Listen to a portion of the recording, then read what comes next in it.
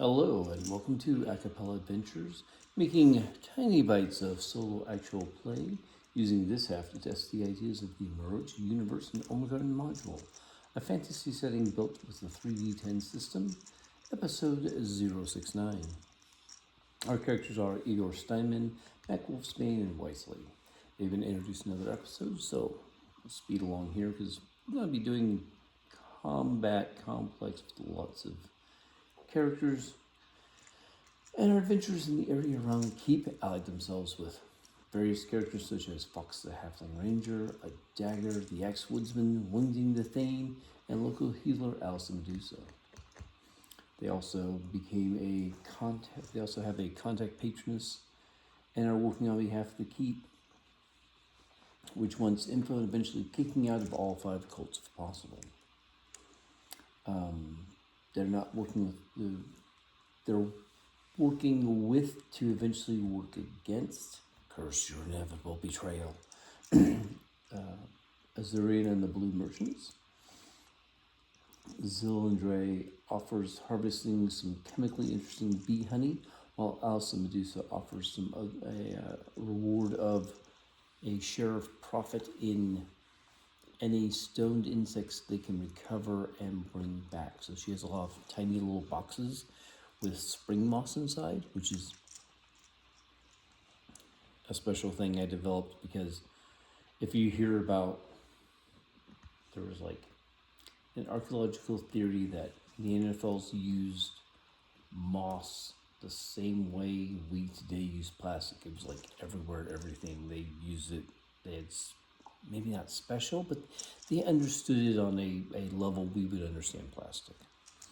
Maybe we don't know how to make it, but we can look at it and go, oh, this is what it's used for, and use it appropriately. Kind of like a survival skill tool that grows naturally. You just look at it and go, okay, that's good for X, Y, and Z. So that's where that came from. We have set up in a beautiful floral glade that has all sorts of great things in it. If you're a bee and you like honey. There's this very nice lightning struck oak tree with a big old hole in the middle that the hive has built its nest in. There's plenty of honey in there.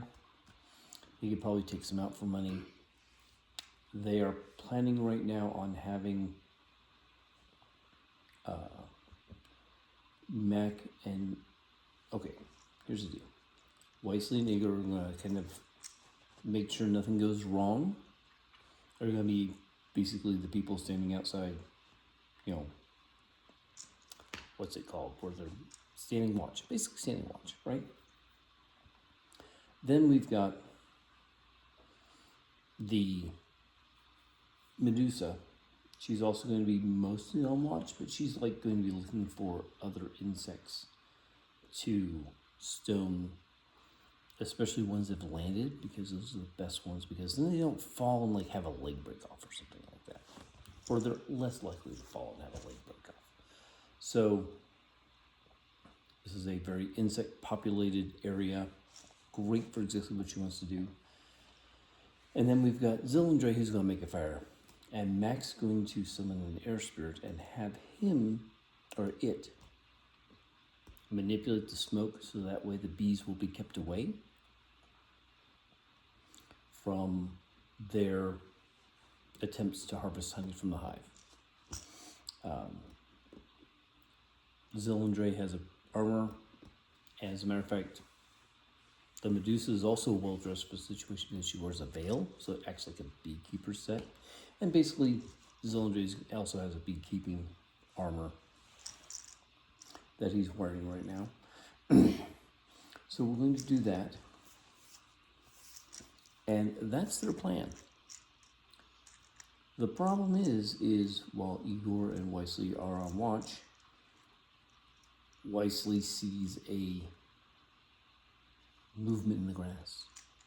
There's a lot wrong. Wait, what is that doing over there? Oh no. Alright. They're not ready. Zildre's in the middle of building a fire. It's going to be really smoky. Mac is in the middle of casting a spell to summon the spirit. It's going to take a little extra time to do that. But now Wyesley and Igor and potentially Alice the Medusa also need to work together and figure out what the heck they're going to do. Alright, so we've got choices. You try and trick it somehow, lure it away without setting off the bees, or something.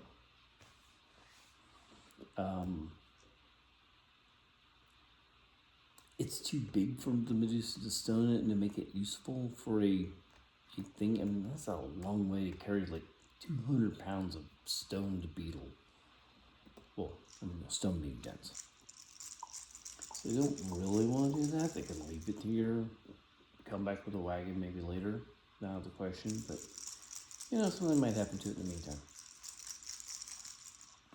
And she doesn't necessarily like using their powers all the time either. They're kind of risky. They can hurt people. So Igor's going to trundle up to it and plate mail and shield. Wyesley's going to take a shot at it. The problem is, it's got tough armor, but he's going to take a shot at it. So let's see. Boop, boop, boop, boop, boop. We got a 19. I think that is a hit. That is not good enough to do plenty of damage, but it's a hit. Use an armor-piercing arrow because the beetle's obviously armored. Anti-armor arrows does not reduce hard armor. That's interesting. I need to ask that question.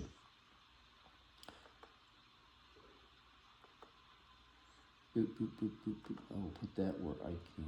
I will look at it more often than on the middle of this sheet and somewhere in the middle of nowhere.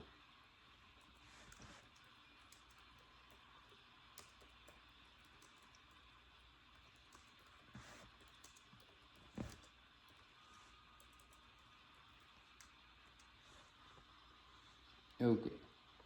Oh, that's the question. This affects soft armor. It's obviously harder. Doesn't work. And roll for damage, and then we'll decide what goes on. Oh, he's got sneaky attack. I forgot that. I'm going to have to do some calculations. Alright, well, I'm practicing combat. We'll see how it goes next time. Talk to you later and have a good day. Like and subscribe.